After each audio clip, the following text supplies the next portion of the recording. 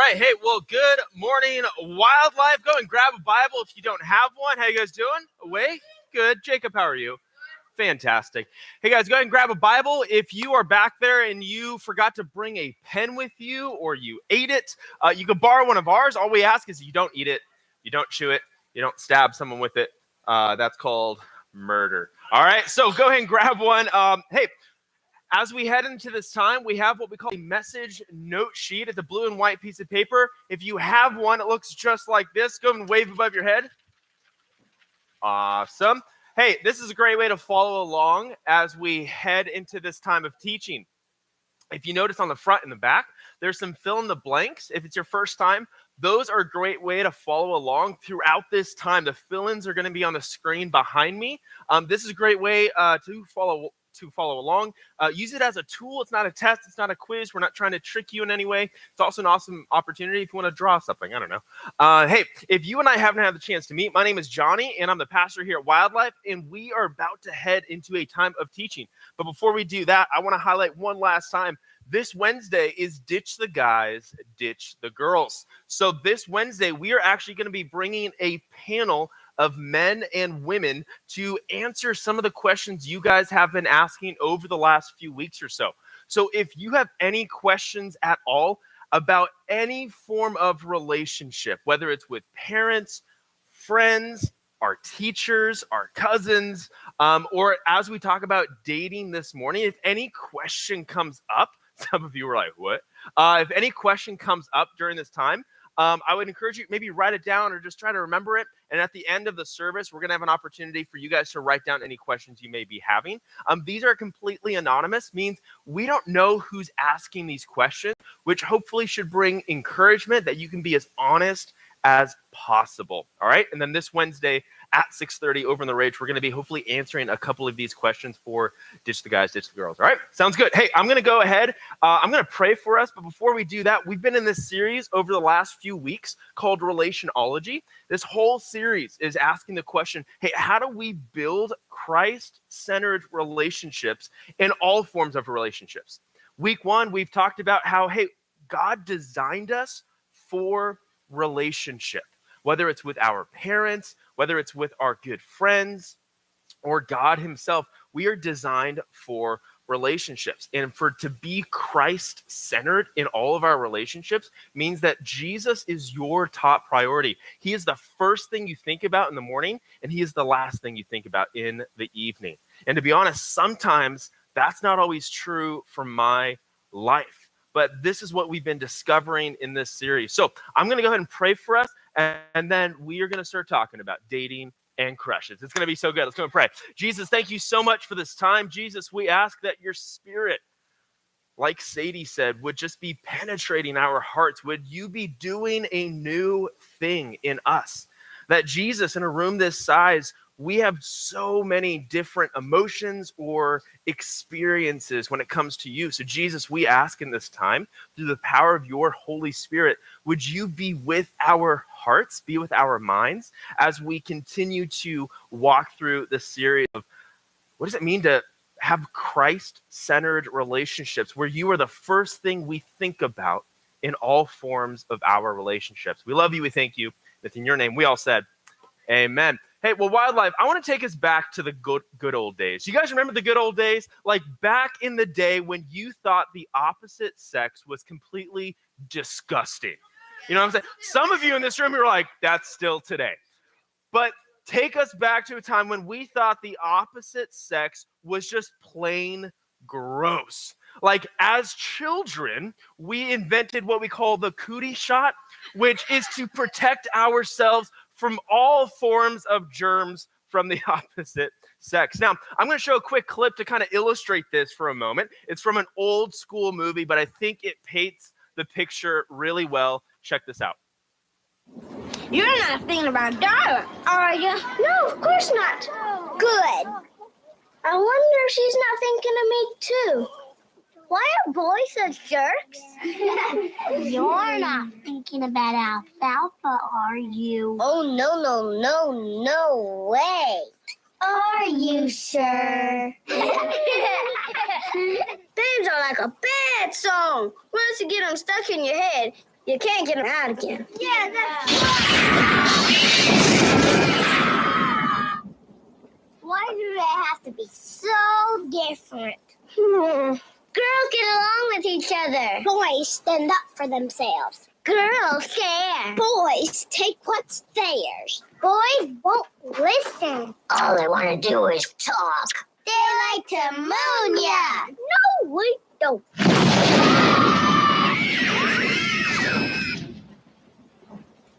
Giggling and gossiping. Fighting and farting. Barbies and bracelets. Boogers and bugs. Ice skating. Bungee jumping. Synchronized swimming. I'm trying to get them to sit still. Boys! Girls! And the worst thing of all, They smell weird!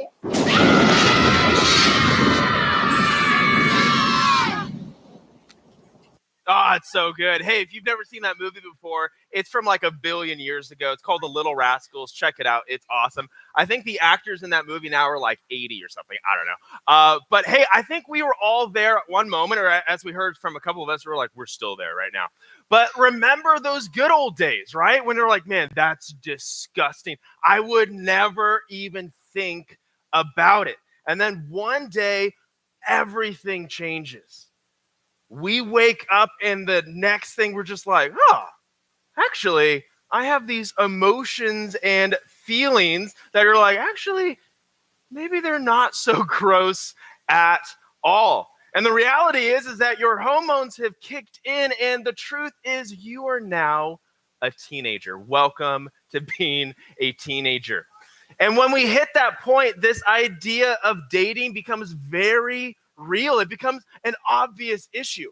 Because in our culture today, the moment you feel that way, you think that, the next thing is like, well, I guess I better start dating. And I think the reason that is because as we look around at our schools, our friends, in movies, in music, Disney Channel, like we just look around and that is what our culture tells us. That the moment you go, hey, I don't know, they're kind of cute now. They don't smell as bad as they did yesterday. Like the moment we go there, we immediately just assume, well, I guess I just gotta date now. And from my own life and my own story, when I was in middle school, this was me. When I was in 7th grade, this was part of my story. Now, I'm going to refer to a girl that I had a crush on in middle school. I don't remember her name, so let's call her Darla, all right? So back when I was in 7th grade, remember, this was a year after I found out about deodorant. And when I was in, some of you are like, I'm still figuring that out. I'm not so sure. But when I was in 7th grade, I found out that this girl, Darla, had a crush on me. And to be honest, why wouldn't she? You know what I mean? But when I was in 7th grade, I found out Darla liked me. And I was like, wow. And to be honest, my response was like, well, I kind of like you back. And I remember when I was in middle school, one of her good friends, and I don't even remember her friend's name. I have a terrible memory. But she came up to me one day and was like, hey, Darla likes you. And I was like, would like me to do what? What are you talking about? And she was like, no, she like really likes you. And I was like, okay. I don't know what that means. And I remember her friend being like, no, she wants you to become her boyfriend. And I was just like, why? But my response, so she asked me, hey, would you like to be Darla's boyfriend? And to be honest, I kind of knew of her. She was in my same grade and class. And I was like, and I'm not even joking, why? Like, this was my response. Not like, yes, absolutely, or finally. I said, sure. It's not a good response when someone pours their heart out to you. But I said, sure. So we became boyfriend and girlfriend. And looking back, I don't even know what that even meant or looked like. But I remember this one moment. It was either in PE class or during recess. We were allowed to go inside the gym. Everyone was playing basketball. I was like, I want to play basketball as well. So I was playing basketball, getting all sweaty, as you know I do. My deodorant started to kick in. It was awesome. And I remember her same friend came up to me. Notice, we never really talked, Darla and I. And her friend came up to me and was like, hey, Darla's upset that you're not hanging out with her. And I was like, well, she can play basketball with me if she wants. And she was like, no, she's really upset by that. You need to go hang out with her. Like, she said, Johnny, this is a big deal. And I was like, yeah, but basketball. Like, this is so much fun. And at this moment, I'm very sweaty. I'm very gross. Some of us know what that smells like, right?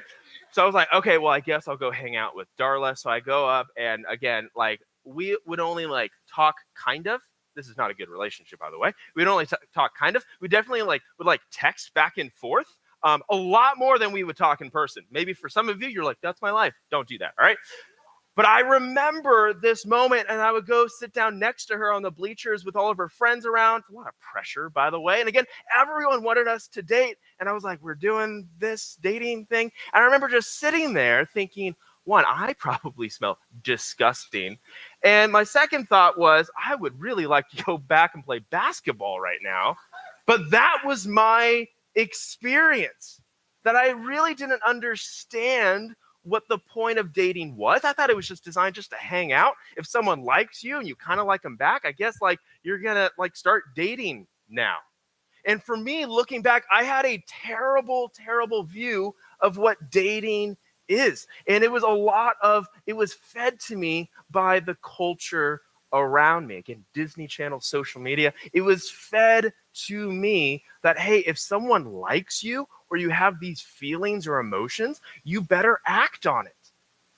Looking back, I was not mature enough to date. And I start with that is because, let's be honest, dating is weird. If you were to ask me, Johnny, how long did you and Darla date for? I have no idea. All I remember is I just hoped and prayed that we would just stop. And I remember, this is terrible, I would sometimes hide from her because I didn't know how to talk to her. And I'm not even joking. I once hid in the bathroom, but I'm not even joking. I found $5 in there, so it was a pretty good day. But dating is weird. I found $5 as I was in the stall, and I was like, that's pretty sweet. But dating's weird. And hey, in a room this size, we have so many different thoughts on dating. Like, say, for some of us, we're over here. This isn't you. Like, Jack, this is not you. Maybe it is. I don't know. But some of us are over here. And if we're honest, we are dating someone. We are dating someone. We really want to date someone. Or we have someone in our life that really likes it. Like, maybe we're just over here. And others of us, we're on this side of the spectrum. And we're like, that is the last thing I ever want to think about. Like, I'm not ready to date. Dating sounds gross and disgusting. Like, I want nothing to do with dating. And maybe that's you over here. Or maybe for some of us, we're kind of in the middle. We're kind of in the middle where we're like, I don't know. I have a lot of questions. And maybe you're like, I have a lot of concerns as well. But in a room this size, we have so many different thoughts when it comes to dating. Now, if you were to ask me, hey, Johnny, is it okay for me to have a crush on someone? Like, is it okay for me to have a crush on someone, meaning that you like this person more than just a friend? Like, you're like, I feel like God's calling us to be together. Get out of here, all right? But like, you really, really like someone. Like, you think about them a lot.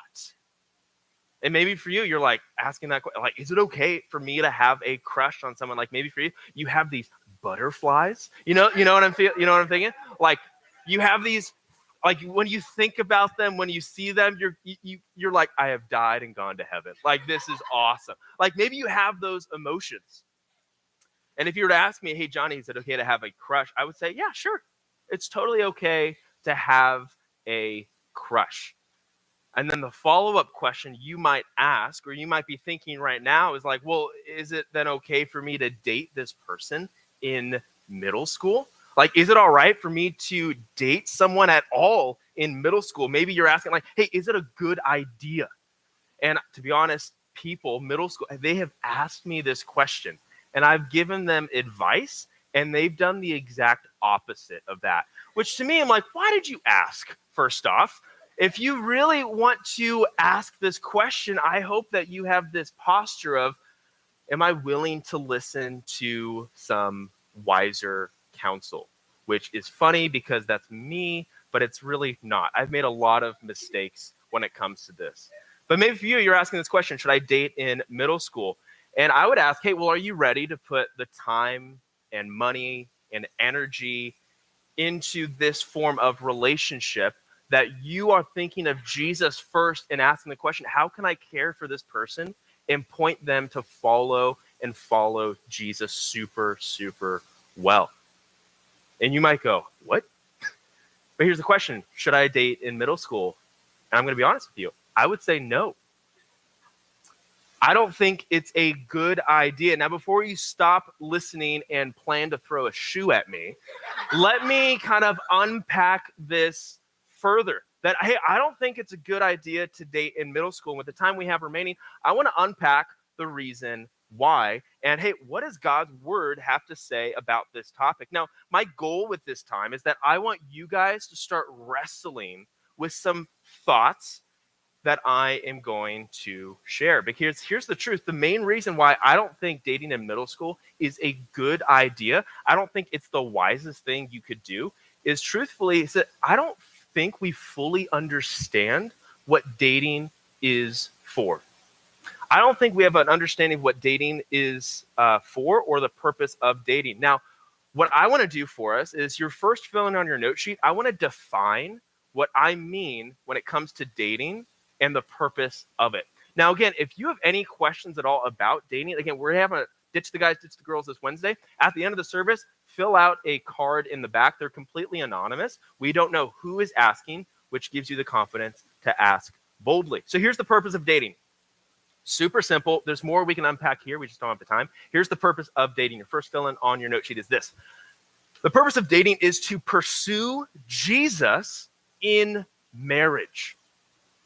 The purpose of dating is to pursue Jesus in marriage.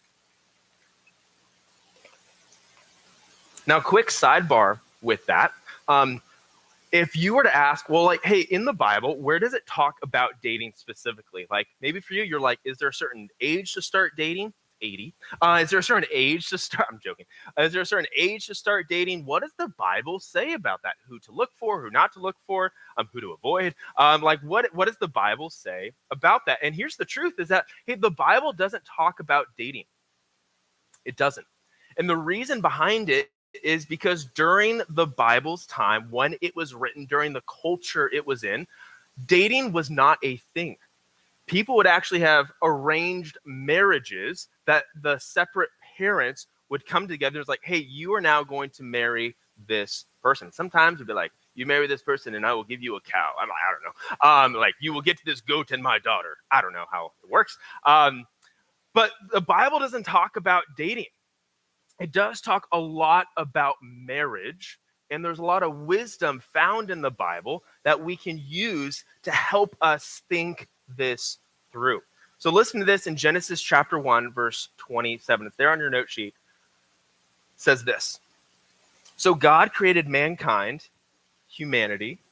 He created mankind in his own image. In the image of God, he created them. He created them male and female. He created them. Now jump down to the next passage. This is out of Genesis chapter 2, then page 2 of the Bible. It says this. But still, there was no helper just right for him. So we're kind of thrown into the middle of this story. So what's happened here, God created mankind. He first created Adam, the first man, the first human ever to exist. And he gave Adam a job to do, to name all the living livestock, all the animals in the garden. And God told him to take care of it. But that what we see here is God says, but still, there was no helper just right for Adam. Like, there is a lot of good things in this world that God created, but God looks at Adam and he says, hey, there's something missing here. He says, hey, there's no helper just right for Adam. It says, so the Lord, you guys remember Lord, all caps means what?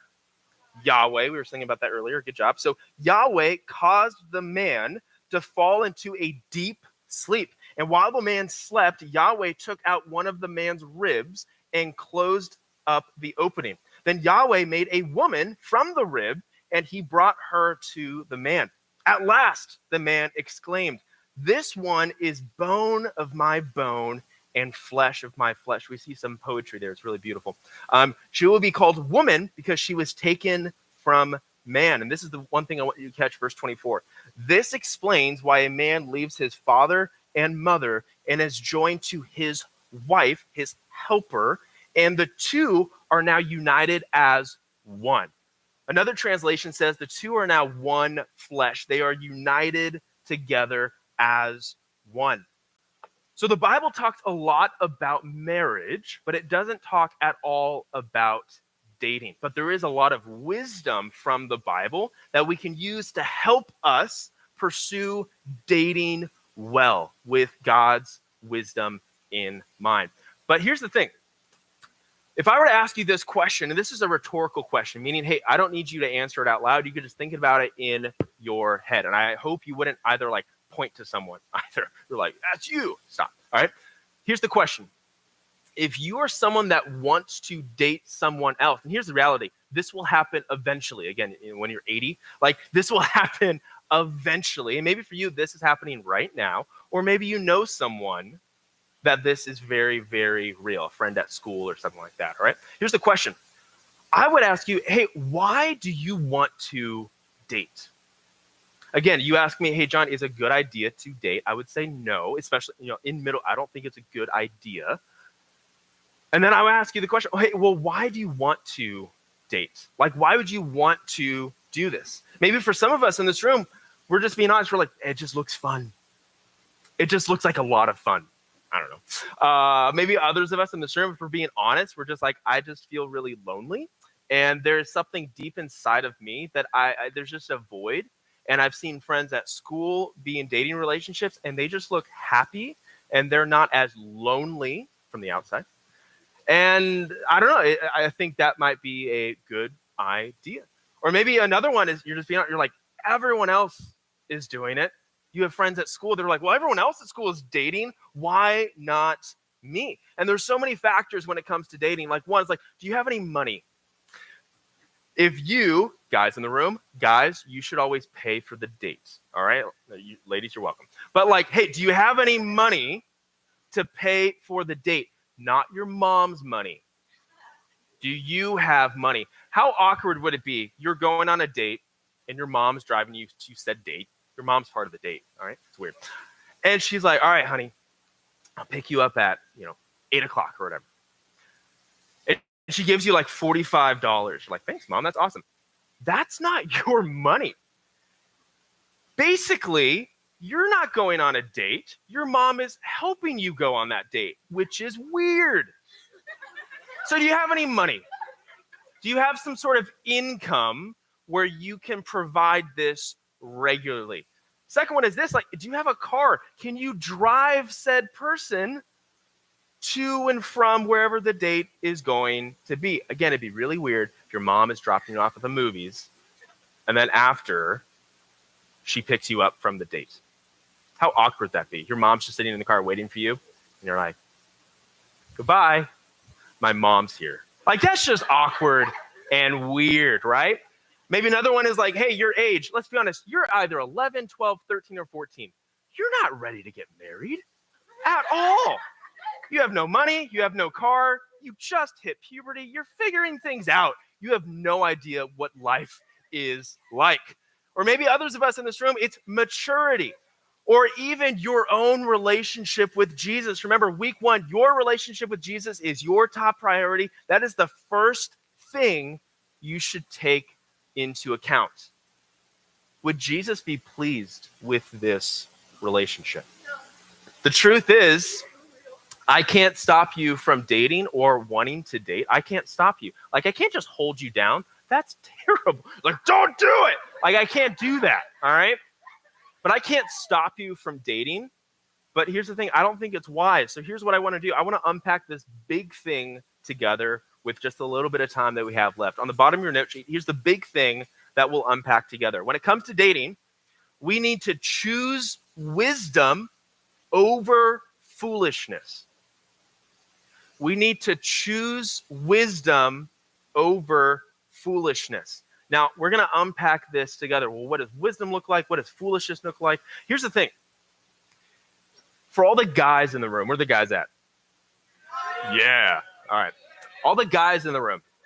One day, you will eventually date a girl. All right. And here's the goal and hope and prayer I have for you guys as men is that I hope you find someone to date. Again, when you're 80, I hope you find someone to date that is passionately pursuing Jesus. And where are the ladies in this room? Sweet. You guys did so much better than the guys. But hey, if you're a lady, a girl in this room, hey, my prayer and hope for you one day when you're 80 and you're dating someone, I hope that you're looking for a guy that is passionately pursuing Jesus as well. Because Jesus is your top priority. He's the first thing you should be thinking about and the last thing you should be thinking about. But let's unpack this together. Choose wisdom over foolishness. Here's what I would say foolishness is. So on the back of your note sheet at the top, here is what foolishness looks like. Foolishness is following the world's way. Following the world's way. What I mean by that, the world around us, the culture we find ourselves in. What I mean by culture is what we consume our lives with. Social media, TikTok, Instagram, Snapchat, Facebook? No? All right. Movies, what we watch on TV. Influencers we really look up to and follow. Maybe you know of some influencers and they're encouraging all of their followers to find someone that makes them happy and to date and et cetera, et cetera. That is the world's way of living. Or maybe you have friends in your life that are trying to encourage you, challenge. Like maybe you have friends at school and they know like this person likes you and you're like, you guys be so great together. Oh my gosh. And they're like, you guys should just date. And there's a lot of pressure behind that because some of us, we hear that and we go, well, should I?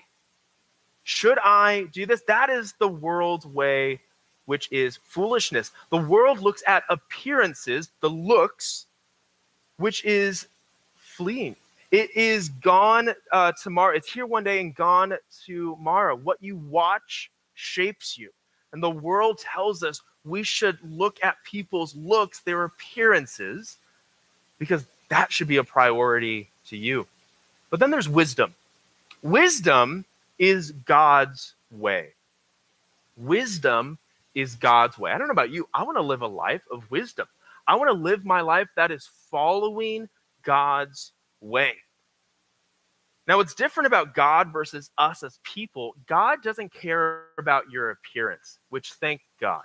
Because there are some mornings I look in the mirror and I'm like, oh my gosh. And then my wife is like, you're still cute. I'm like, don't lie to me. Like, man, appearances, we change all the time. But God's very different. God looks at the heart. Remember, the heart is what makes you, you. And your heart matters a lot to Jesus. Listen to this in 1 Samuel 16:7. What you need to understand here is King Saul, the first king of Israel. He was not following God at all. And God is now appointing a new king. We know him as King David. And King David, he killed Goliath with a slingshot and then he chopped off his head. The Bible's awesome. It's epic. It's violent. It's great. But what we see here is Saul was not following God's way. Yet Saul was a very tall, very muscular, is how the Bible describes him. He was like a very good looking dude. Like you would see him, you're like, yeah, I would like that as a king. But David was different. Listen to this. But Yahweh said to Samuel again was a prophet looking for a new king of Israel. He says, hey, don't consider his appearance or his height, for I have rejected him. Remember, like he has rejected King Saul because Saul, he was very muscular. He was a good warrior. He could protect Israel, but he wasn't following God. So Samuel's looking for a new king, And basically, God's referring to David, which the Bible describes David as a man after God's own heart. He wants to align with Jesus. And he says, for Yahweh does not look at the things people look at. Well, what do people look at? People look at outward appearances, but Yahweh looks at the heart.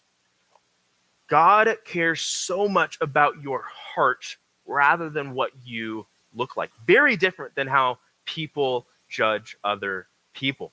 And here's the thing, if God looks at the heart, if he cares about the heart, as followers of Jesus, even more so, as people that are made in God's very image. Again, God created us male and female. As us that are created in God's image, we should do the same.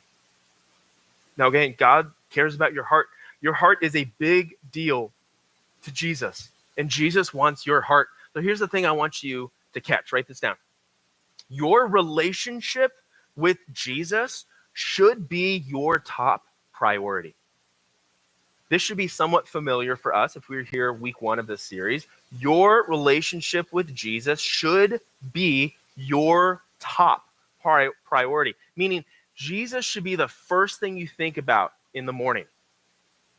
And Jesus should be the last thing you think about before you go to bed. Every relationship we have should start here. Now, I've been doing middle school ministry for a long time, so long that some of your leaders in this room were middle school students when I was a leader in middle school, like 80 years ago. All right?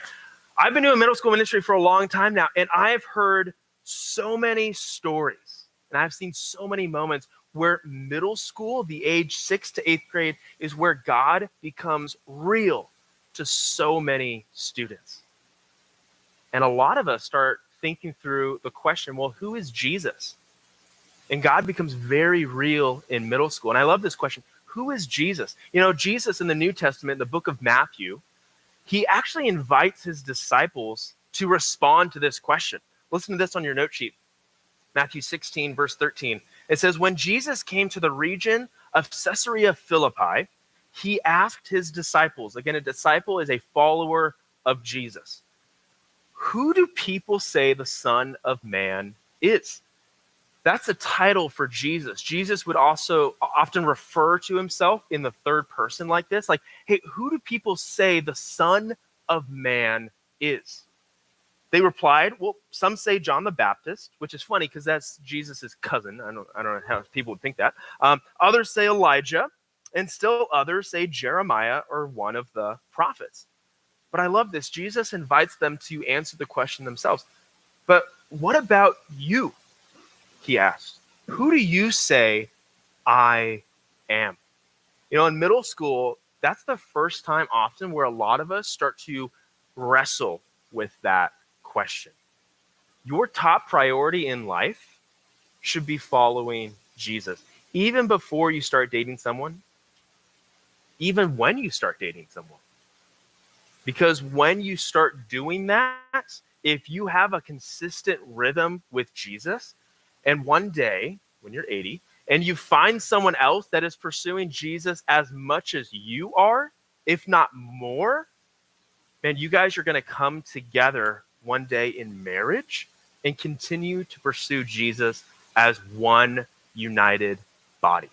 And that's beautiful. That's what the Bible paints a picture as. And here's the thing is that, again, we're learning in middle school really what relationships look like. So for us in this room, if we are in a dating relationship, I hope a lot of us are starting to consider some things that we have been talking about this morning. That, again, I don't think dating in middle school is a good idea. I don't think it's a wise idea. But I hope and I pray that, man, would you choose wisdom, God's way, over foolishness, the way the world tells us to live. And for any relationship, it takes time to get really good at being in relationship with people, whether it's with our parents, our friends, or in a dating relationship. It takes time to do that. And it takes so much longer than just the 3 years we are in middle school. But a relationship with Jesus is essential first. So for us, we should learn from the master. Like, I don't know about you, if I'm playing dodgeball or basketball, when I was in elementary school, I was obsessed with dodgeball. I still am. Like, if I hit you in the face, I'm sorry, it's not personal. sometimes. But if I see someone playing dodgeball and they're like in the corner, like just fighting for their life, like, don't hit me, don't. I don't look at that person and go, wow, I want to play just like them. Like, none of us do that. If you see like a famous basketball player or baseball player, you don't look at the person that's not doing a really good job and going, I want to be just like them. Like, we don't do that. We look at someone that is really good at it. And in the same way with our relationships, we should learn from the master. We should learn from Jesus. Again, Jesus designed us for relationship. The way Jesus does relationship is the best way and the best form of relationship. Doesn't mean relationships aren't messy or difficult, but if we continue to pursue Jesus in his way, it is the best way possible. So as the band comes up, we're going to go into an action step. But before we have that on the screen, I want to know, how are we doing? Hopefully some of us in this room are starting to wrestle with some of these thoughts and some of these ideas that we are discussing. Now, here's the thing. I want us to be wrestling with this. I want us to be thinking this through. Don't look at how the world does things and go, that's how I'm going to do it. We should be Christ-centered, meaning, well, what does Jesus say about this? What are people in my life that I would see as what we call a mentor, someone that you really look up to that also follows Jesus? Well, what are they saying? Maybe for you, it's a life group leader. Maybe it's like your parents. They love Jesus. They care about you. Like, you're just thinking this through. And I hope in a room this size, I hope we're thinking about it. We're like wrestling with this. But here's the thing. Hey, don't be afraid of the opposite sex, all right? Don't like run away from them. Like, guys, if a girl comes up to you, you're like, and just, hey, how are you? Don't go, oh, and you just run away. You like spray Axe body spray them. Don't do that. Don't do that. Don't be afraid of the opposite sex. What we need to do is we need to learn together as life groups, as friends. Well, what does it look like to be friends with someone of the opposite sex? And that can be challenging because the world around us is feeding us lies, but Jesus is inviting us into something much bigger. So here's the action step I want us to leave with. It's a question I want us just to think about.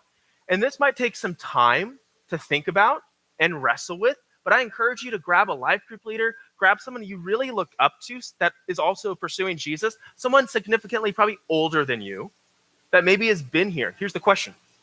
Is Jesus my top priority? That's a question that only you can answer. Is Jesus my top priority? Is he the first thing you think about in the morning? And is he the last thing you think about before you go to bed? Is Jesus my top priority? And I hope a lot of us are wrestling and thinking about this topic. Because again, in a room this size, some of us are like, this is the last thing I want to talk about. But a lot of us in this room might have friends that are in this situation, or we even find ourselves in this situation. But here's the big thing. Choose wisdom, God's way, over foolishness, which is the world's way. All right? Let's go ahead and pray. King Jesus, thank you so much for your wisdom and for the gift of your spirit, that if we say that we follow you, we have given our lives to you, we say that we are followers of King Jesus. We have your very spirit inside of us, working through us, helping us make decisions. So Jesus, we're grateful for that. Jesus, as we unpacked a lot of really maybe awkward stuff, maybe intense stuff for some of us, Jesus, I know that you are a faithful God that cares for his creation, cares for every single one of us in this room. So Jesus, we are confident that your word does not return back empty. It is alive and well. So Jesus, we thank you. As we go into this last song, would you meet us where we are at? And would you help us with our hearts and our minds as we pursue you? It's in your name we all said amen. I invite you guys to stand on up. Let's worship.